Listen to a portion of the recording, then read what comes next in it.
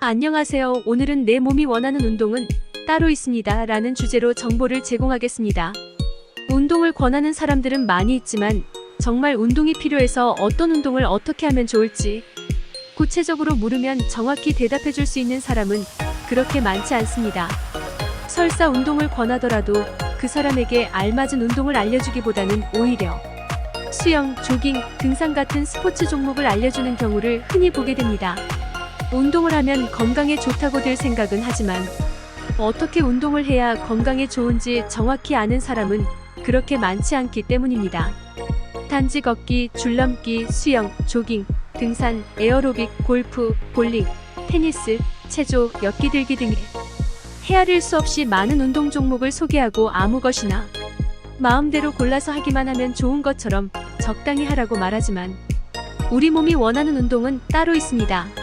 의사가 환자에게 여러 가지 약 이름만을 알려주고 적당히 알아서 좋은 약을 골라 먹으라고 한다면 어떻게 될까요?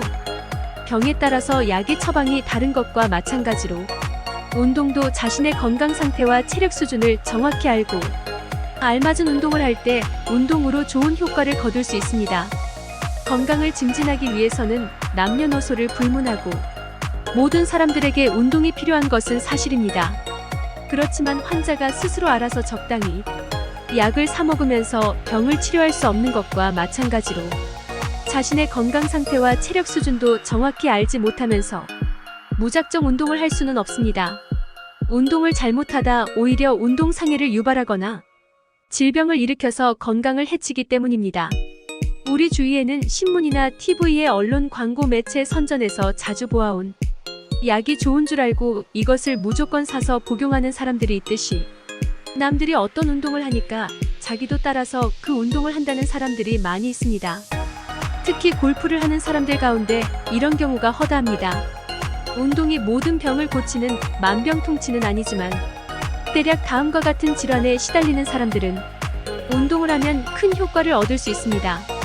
운동 부족으로 체력이 저하된 사람, 만성 피로에 시달리는 사람, 수술을 했거나 병 후 회복기에 있는 사람, 현재 당뇨병, 고혈압, 고지혈증, 동맥경화증, 협심증 등의 허혈성 심장 질환을 가지고 있는 사람, 과도한 비만증, 골다공증, 지방간, 만성간염 등으로 간 기능이 저하되어 있는 사람, 관절염이 있는 사람, 오십견 요통이 있는 사람, 정신적으로 스트레스를 많이 받는 사람, 우울증, 소화불량 및 변비를 가지고 있는 사람, 심지어는 화학요법으로 항암 치료를 받고 있는 사람에게 있어서도 운동은 좋은 치료적 효과를 나타내고 있습니다.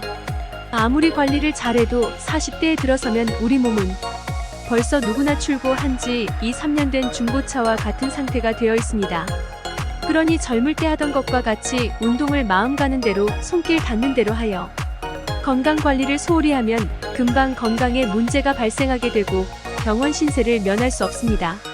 성인병을 예방하고 건강을 증진하기 위해서 운동을 할 때도 운동량이나 내용이 젊은 시절의 운동과 달라져야 합니다. 건강을 위해서 하는 운동은 자신의 최대 운동 능력의 50에서 85% 범위 내에서 규칙적으로 하는 것이 좋습니다. 운동의 구성은 신진대사를 활성화시키고 심폐기능을 개선시킬 수 있는 유산소성 운동이 전체 운동량의 80에서 85%, 근력 향상과 몸의 유연성을 높여주는 저항성 운동이 10에서 15% 정도 되도록 하고 운동 시간을 대개 30에서 60분 정도로 하는 것이 좋습니다. 이때 성인병을 가지고 있는 사람의 경우에는 질병이 없는 건강한 사람보다 운동 강도와 운동 시간을 보다 정밀하게 잘 선택해야 하며 운동이 지나치지 않도록 전문가의 운동 처방에 따라서 해야만 합니다. 예를 들어서 몸에 지방이 너무 많아서 문제가 되는 고지혈증, 비만증, 지방간 등의 환자는 우선 몸속에 축적된 지방량의 소모를 촉진할 수 있도록 호흡을 0.85% 정도로 운동 강도를 설정하고 운동 시간은 피로를 유발하지 않는 범위에서 다소 길게 잡아서 운동해야만 좋은 운동 효과를 얻을 수 있습니다. 운동 종목으로는 빠르게 걷기, 고정식 자전거 타기, 가벼운 조깅, 물속 에어로빅 등 유연 체조를 중심으로 한 완전한 유산소성 운동을 실시해야 운동의 치료적 효과를 얻을 수 있습니다. 고혈압 환자는 혈액순환을 촉진하고 혈관의 탄력성을 높이는 유산소성 운동으로 비만증을 치료하는 사람보다는 다소 강한 운동을 선택하지만 운동 중에 수축기 혈압이 200 이상, 확장기 혈압이 100 이상 올라가지 않도록 주의해야 합니다. 고혈압이 있는 사람은 특히 힘을 강하게 쓰는 운동이나 무거운 중량을 들어 올리거나 힘을 주어서 무엇을 밀거나 당겨서 순간적으로 큰 힘을 발휘하는 저항성 운동을 하면 갑자기 혈압이 올라가 위험을 초래할 수 있습니다.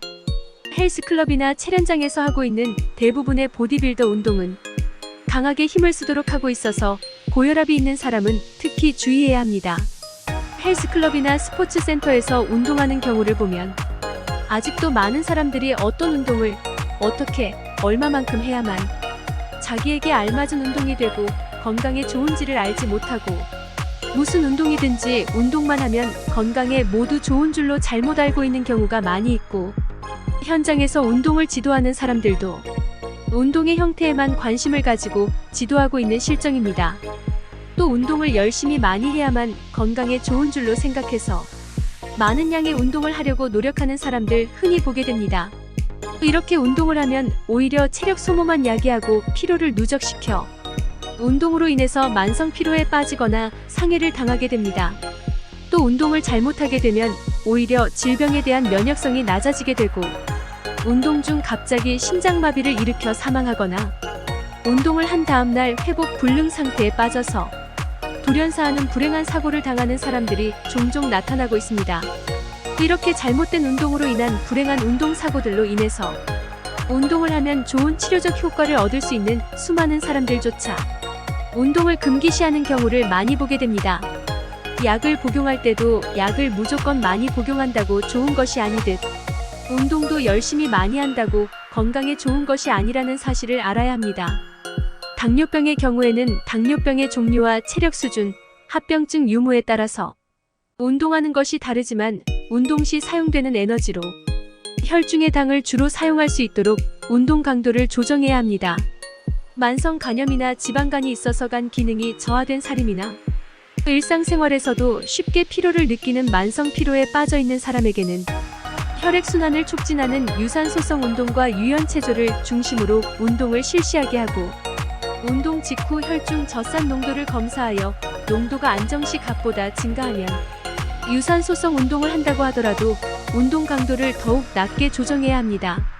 이렇게 각자의 건강 상태를 잘 고려해서 구성한 운동이라고 하더라도 그 운동을 실시한 후 1시간이 지나서도 피로감이 남는다면 이는 자신의 운동량이 너무 지나쳤다는 의미입니다.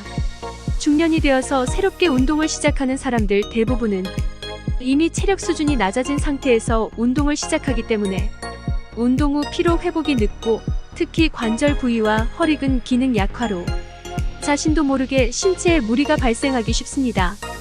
그러므로 중년이 되어서 운동을 시작하려고 할 때에는 운동을 시작하기에 앞서서 먼저 자신의 건강 상태와 체력 수준이 어느 정도 되는지 정확한 운동 검사를 받아보아야 합니다.